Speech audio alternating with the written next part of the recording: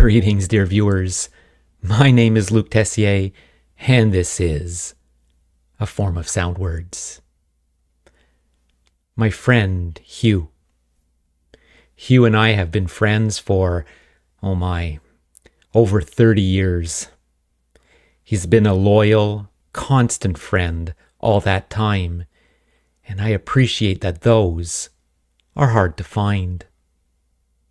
While rare and precious, the Lord has blessed me with a significant handful of such friends that I know at any time will have my back, friends that will be at my bedside when I'm seriously ill, friends who will come to my rescue when in danger, friends who, in good times or terrible times, will stick closer than a brother. That statement is taken from Proverbs chapter 18 and verse 24. The proverb literally is, "A man that hath friends must show himself friendly, and there is a friend that sticketh closer than a brother." It's those friends I want to highlight with this week's devotional. Those friends who figuratively stick closer than a brother, than family. They differ from those friends that you occasionally share in activities with, or that you work with, or who simply live in your neighborhood. No, these brother or sister friends live right here in your heart, and you live in theirs. Like King David in the Bible with his friend Jonathan. 1 Samuel chapter 18 and verse 1. "And it came to pass, when David had made an end of speaking unto Saul, that the soul of Jonathan was knit with the soul of David, and Jonathan loved him as his own soul." And again in verse 3, "Then Jonathan and David made a covenant, because he loved him as his own soul." Now, let me state the obvious.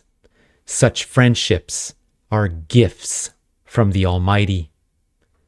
This life is filled with trouble and hardships, and going through all those alone is a truly grievous thing. That's where the friend brother or the friend sister comes along, sent from our merciful Lord himself.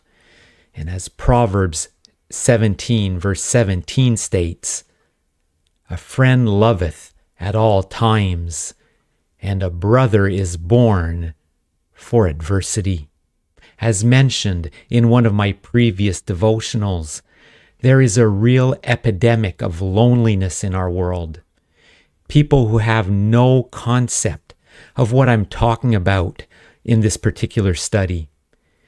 People who essentially have nothing but acquaintances in their lives, no actual friends, and definitely no friend brothers or friend sisters.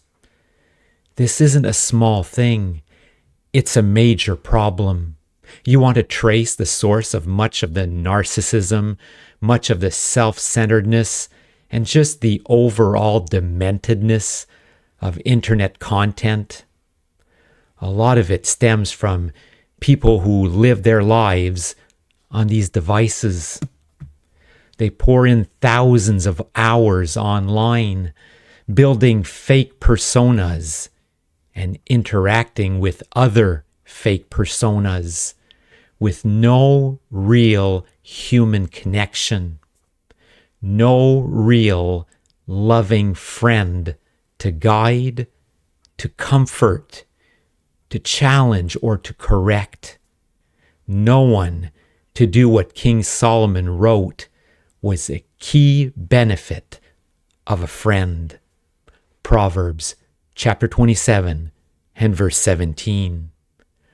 "Iron sharpeneth iron, so a man sharpeneth the countenance of his friend." A good friend is never a yes man or a yes woman. Sometimes sparks have to fly like iron sharpening iron. But the benefit is precious. I've been saved from myself a whole lot of times by the counsel of my friends. Who knows what awful mess I would have gotten myself into without them.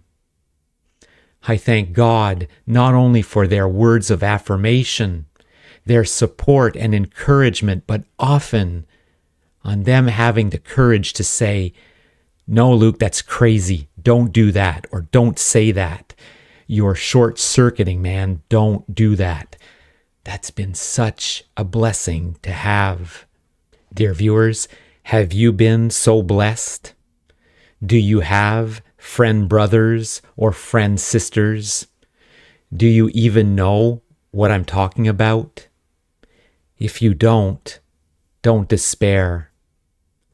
Put down the devices. Go out and find God's people. They're easy to find. They congregate at Bible churches every Sunday. Ask the Lord to bring those souls into your life.